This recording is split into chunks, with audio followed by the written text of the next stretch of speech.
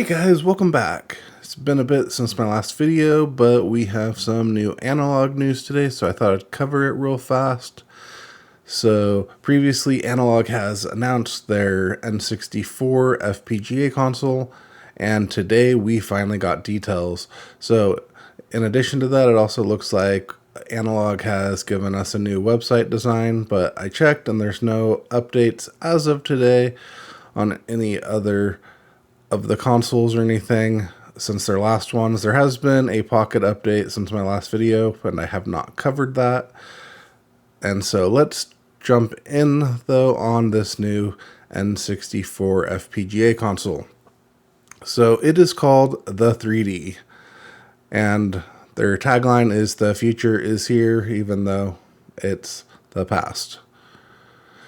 So introducing Analogue 3D. So it's a reimagining of the N64. It is in 4K resolution, 10 times the resolution of the original N64. And we got a little asterisk here. The first and perhaps greatest multiplayer system of all time. Analogue 3D is 100% compatible with every original N64 game ever made, region-free, Bluetooth LE, dual-band Wi-Fi, and 4 original style controller ports. Entirely new next-generation analog hardware featuring 3D OS and engineered entirely in FPGA, no emulation. So here we see full picture of the console. It's got a black colorway with a black controller. There is a new controller that is being made exclusively by 8BitDo, and it is not included with the console. So that will be a separate cost, and I will go over that in a second. Got a few more pictures here. Here is a white colorway. I will say I know that Analogue likes to originally do the black and white colorways, and like even here I will admit the white one especially looks pretty cool, but like I do appreciate, some more retro themed colors. I don't know if they're worried about issues, if it looks too close to the original or something, but would be nice to have some more retro themed colorways, especially at launch.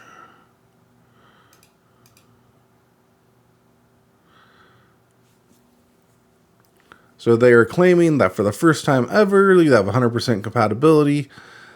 They said this represents a milestone in video game preservation.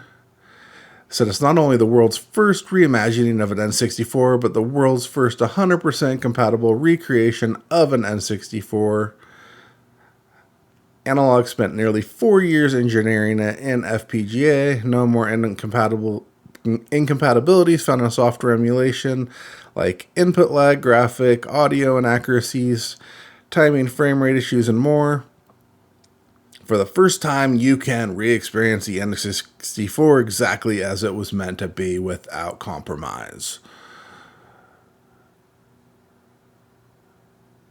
So this is where things I find get a little interesting. So they're saying that the unmistakable signature and soul of the CRT, except for now it's on your HD TV in 4K.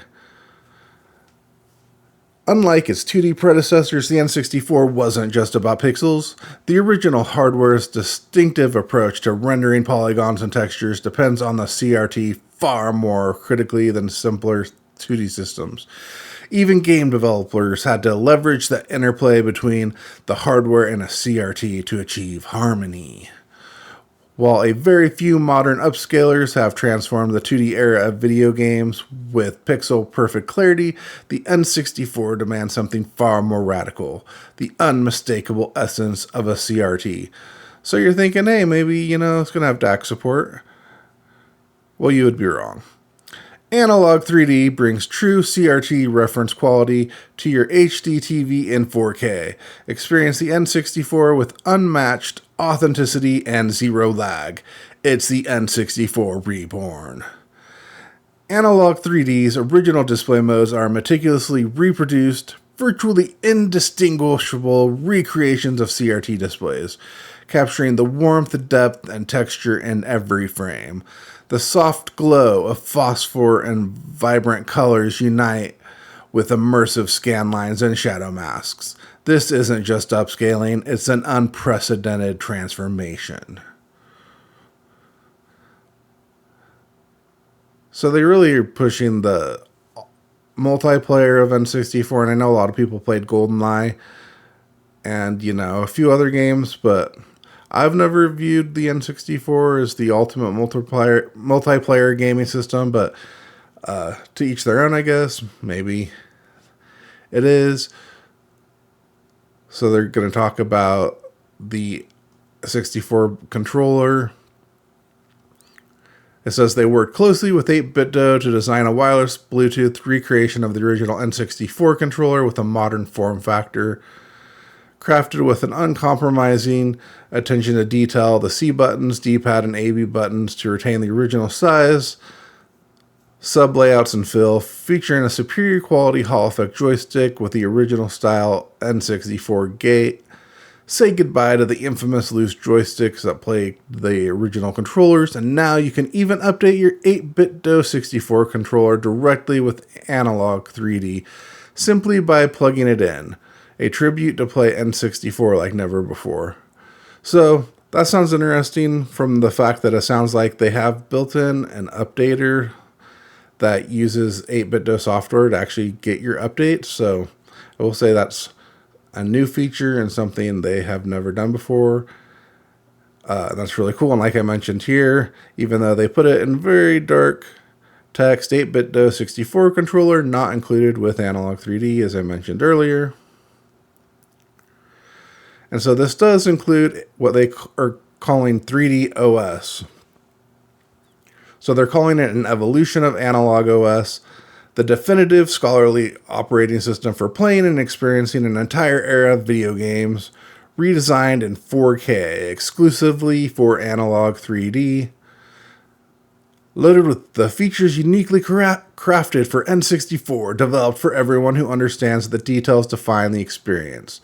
3D OS sets the standards for exploring the depths of N64. So we got some screenshots, and we can see it does look a bit like Analogue OS. So here we get some hard facts about the hardware, and we find out that they have used a brand new FPGA chip. And so it says Analogue 3D was developed to achieve unparalleled compatibility, engineered directly into a 220K LE Altera Cyclone 10GX, the most powerful FPGA Analogue has ever used in a product. We spent 4 years developing a perfect way to experience N64 and FPGA for absolute accuracy. N64 is infamous for its difficulties within software emulation. 100% compatibility has never been achieved until now. So that is true. N64 has been fairly difficult to emulate for a lot of lower powered chips, and emulators have had difficulty with it. A lot of FPGA, I think even the Mister, it took a long time for them to get N64 stuff going, and I don't think they're at 100% compatibility even on Mister. So I could be wrong though, so don't quote me and let me know in the comments if it is 100% in on the Mister.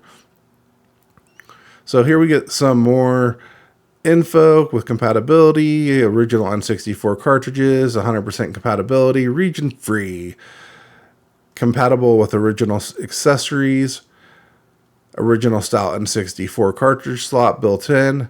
Expansion pack support is built in. So we have 4K HDMI output, so I'm assuming that's going to be HDMI 2.1. We have NTSC and PAL support. Lag-free zero signal degradation.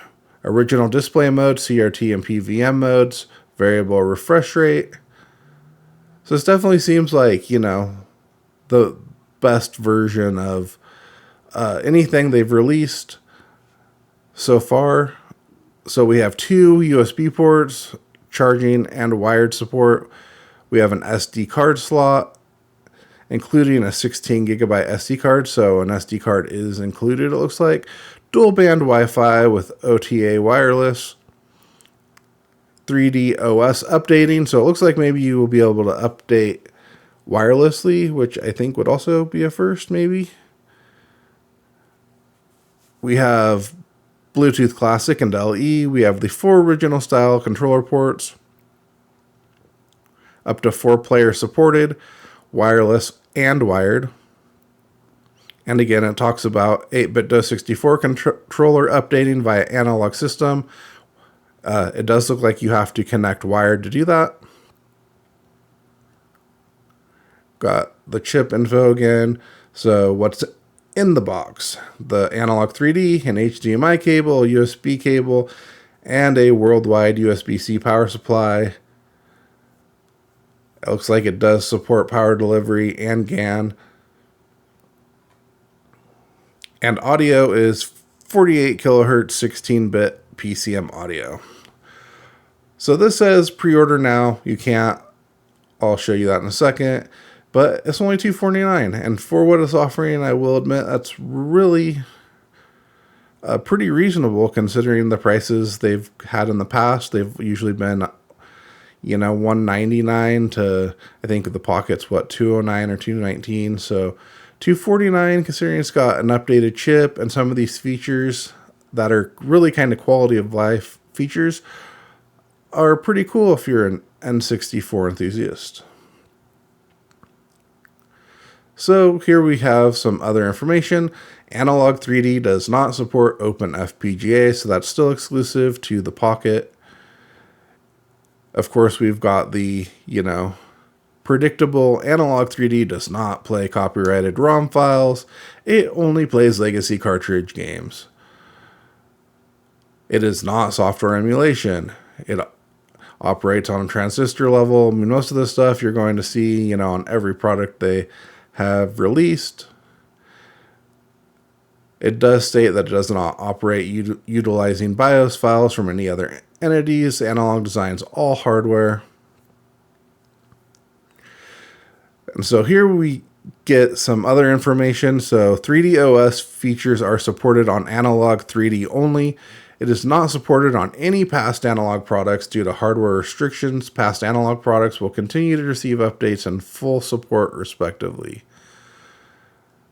So that right there tells you, we're not going to get this backported to any other system. All other systems are going to be stuck basically running whatever they are running right now. And more info on the controller again. And then I think this is what the asterisk was about earlier on the page, is that it says resolution is 10x the majority of games at 320. Some games display in 640. So if the games, I guess, displayed at 640, then that 10x would not be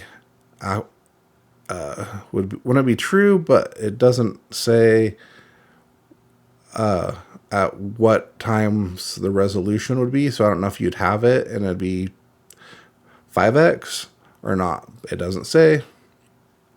It's kind of a weird omission. So they do have an FAQ. And so let's scroll over it real fast and see if there's anything really that important. So do I need a memory pack, expansion pack, or rumble pack? You don't need them, but Analogue 3D does support original accessories. The expansion pack and memory pack are built directly into the Analogue 3D. So all of the extra features are all already built in. The new 8-bit DO64 Bluetooth controller also has rumble support built in. If you use original controllers, you can transfer your memory pack saves to Analogue 3D, and the original rumble pack is supported. So if you do have, old saves and whatnot, you can plug in your old controller and you can get those transferred. So that's pretty cool. Can I use original 64 DD with 3D? This is applicable to very few people that actually ever got their hands on one, but it cannot be directly mounted to 3D. Does 3D OS support library and memories? Memories for 3D OS features enhanced support for library and screenshots. You can capture perfect, uncompressed 4K screenshots, true as they appear on your 4K TV, even with original display modes. So, which Bluetooth 2.4G and USB devices does 3D support? Analogue 3D supports up to 4 8-bit new 64 Bluetooth controllers via Bluetooth or USB, so basically Bluetooth or wired, as well as original N64 controllers and accessories through its controller ports.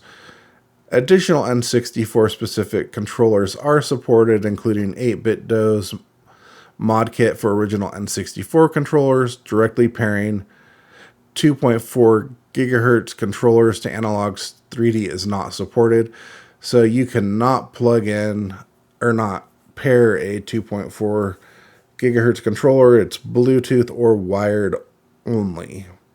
You don't need any adapters because the Bluetooth is built into the console. So our original display mode supported on TVs without 4K.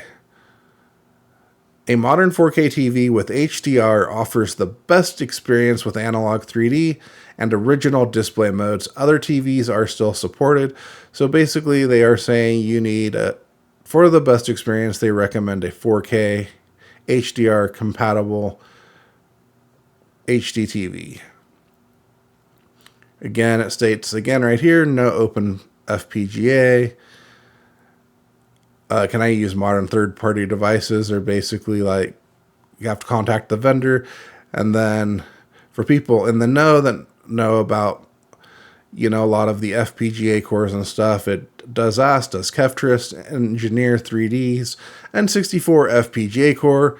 Kevin Kevtris Horton is the director of FPGA development at Analogue. All FPGA development is done by Kevtris or directed by Kevtris using our proprietary FPGA engineering methodology and in-house developed software and hardware. And so, no FPGA core will ever be released without Kevtris seal of approval. So, the interesting thing again here is that we've now gone through the whole page for the 3D and the FAQ, and there is zero reference to the DAC. And so hopefully they continue to support the DAC and we get the support promised for the Duo and the Pocket, because those have both been promised DAC support and we still don't have them. And for the Pocket, it's been like 3 years plus now. So here is the pre-order page, and so we see black and white colorways. You can order the black and white controller colorways here. The interesting thing about these controllers is that on, of course, the N64 controller, the analog stick was like in the middle, and so we definitely have a much different layout here, much more modern, and just the single analog stick. If we click on one of the pages, just gets basic info, and we do see that pre-orders start on October 21st at 8 a.m. Pacific time. So let's look, because 8BitDo released a page for the N64 controller. So introducing 8BitDo 64 controller, back to the future of play, designed for Analogue 3D. It says it revives the iconic N64 layout, but wrapped in an ergonomic, updated body. I'm not really sure it actually updates the layout, because the analog stick is not anywhere close to where it was. But it's again here, it talks about loose joysticks. A lot of the stuff that we saw on the other page. It's Bluetooth ready with vibration support and platform compatibility with the new Analogue 3D switch, including N64 Online and more. And it again says has same pre-order date. And so that's basically all we have for the controller. So pretty cool. Seems like a lot of updated features, quality of life features, which are very cool. But interesting that as much as they talk about CRT, I mean, looks like that's probably a PVM from Sony, you know. And as much as they talk about that and making it perfect in 4K, that you would think on the flip side that it would be able to run natively. And there's zero talk about that. Zero talk of the DAC working with it. So pretty interesting. I'm not a huge N64 fan personally, but I never actually owned one either. But I do love the fact that they're actually adding a lot of these features that are like a real console, like updating your controller, it sounds like, you know, right from your console, being update your, you know, console without like plugging it into a computer or grabbing an SD card. So what started kind of more as like, you know, a fan project that, you know, had some, you know, kind of nerdy, you know, steps you had to take, you know, and have, you know, some know-how how to do stuff. They're simplifying all of that so that, you know, the everyday user can use it. The interesting thing I wonder is now that they're pushing a new chip, you know, they have discontinued the Super NT and the Mega SG and some of these other consoles, and it does make me wonder if with this new chip and with the push for the new OS, if maybe we will see re-releases of updated versions of those, perhaps with more modern features, which would be interesting, but I would also then worry about them, you know, dropping support for the older ones if that happened. So we'll have to wait and see on that. But the fact that it does support like the expansion packs and all of that kind of stuff already built in, it's very convenient. And so like some of the stuff that if you're in to the scene where you're having, you know, to buy used N64 and hunt down rumble packs, expansion packs, and all that kind of stuff, and, you know, all of that's built into this hardware, there is convenience and value there. So if you were, you know, browsing the used market, this might be a good thing. I haven't checked N64 prices in a long time, so I have no idea where the used market is. I know retro gaming is getting more and more expensive all the time. But anyway, that's all I have to say. Interesting. Let me know what you guys think. If you think that this is, you know, really cool, if you like the updated features, what you think about the idea that it doesn't sound like this actually works on CRTs. And let me know in the comments, you know, what your opinion is, pros, cons, and whatnot.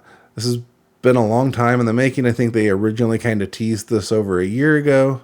So it's interesting that they're just like jumping forward. You know, you'd think maybe they would try to get some community feedback first, you know, and have them work hand in hand, but that hasn't been the case so far, which is why we seem to not have, you know, features like DAC support on, you know, the Duo on the Pocket like promised. So anyway, that's all I've got for right now. I will see you guys in the next video.